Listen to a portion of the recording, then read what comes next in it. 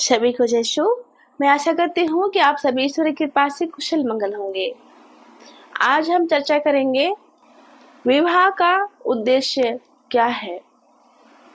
विवाह का उद्देश्य क्या है, हम देखते हैं संत मत्ती अध्याय 19 पद संख्या 6 में, वे दो नहीं एक शरीर हैं, जिसे ईश्वर ने जोड़ा है उसे मनुष्य अलग ना करे। हम जानते हैं कि हम मनुष्य अपने में अधूरे हैं। नर अपने में अधूरा है, नारी अपने में अधूरी है। साइकोलॉजी के हिसाब से दोनों में कितना फर्क है, नर नारी के बीच कितना फर्क है, पर भी वे एक दूसरे में अधूरे हैं। विवाह का मतलब है एक दूसरे का साथ देना, एक दूसरे के हिम्मत बनना, एक दूसरे को सहारा देना। आप देखोगे जब ईश्वर ने सृष्टि की रचना की, तब प्रभु यीशु ने जीव जंतु जानवर पेड़ पौधे पशु पक्षी सब चीज बनाए, सभी जीव जंतु बनाए, पर उसके बाद मनुष्य की रचना की। प्रभु यीशु ने देखा कि सब खुश है, अपने में सब खुश है, पर मनुष्य खुश नहीं था, पर आदम खुश नहीं था। प्रभु यीशु ने सोचा इतने सारे जीव जंतु हैं, पेड़ पौधे हैं, हरियाली है, पर आदम खुश क्यों नहीं है? ये अधूरा सा क्यों रहता है, क्यों नहीं खुश है? फिर ईश्वर ने उसके पसली से नारी को रचा। आदम जब हेवा नहीं थी, तब आदम अधूरा सा और बिल्कुल चुप सा रहता था, जैसे कि मेरे शरीर का कोई भाग नहीं है।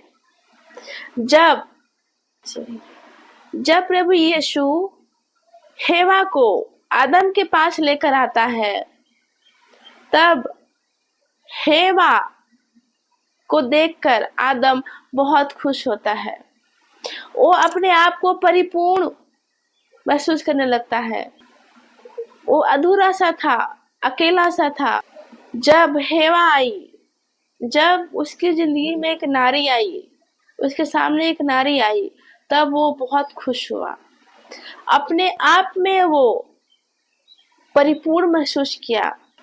इसीलिए प्रभु यीशु ने कहा कि मनुष्य का अकेला रहना ठीक नहीं, उसे विवाह करना ही होगा, ताकि उसे एक अच्छी जीवन साथी और उसे एक सहारा मिले, उसे एक उसकी कमजोरी का सहारा बने। मेरे प्यारे माता पिता और भाई बहनों, उदाहरण के लिए मैं बताना चाहूंगी, पति पत्नी का रिश्ता, एक विवाह का बंधन, ये दोनों हाथ की तरह है। जब एक शरीर में दो हाथ बहुत जरूरी है, उसी तरह ये हाथ एक पति पत्नी का उदाहरण है, क्योंकि ये हाथ के बगैर अधूरा है। एक दूसरे के लिए ये अधूरे हैं। अगर बाय चांस कुछ हादसे में ये हाथ अगर कट जाए, तो ये हाथ क्या करेगा? इस हाथ को वो जिंदगी भर याद रखेगा।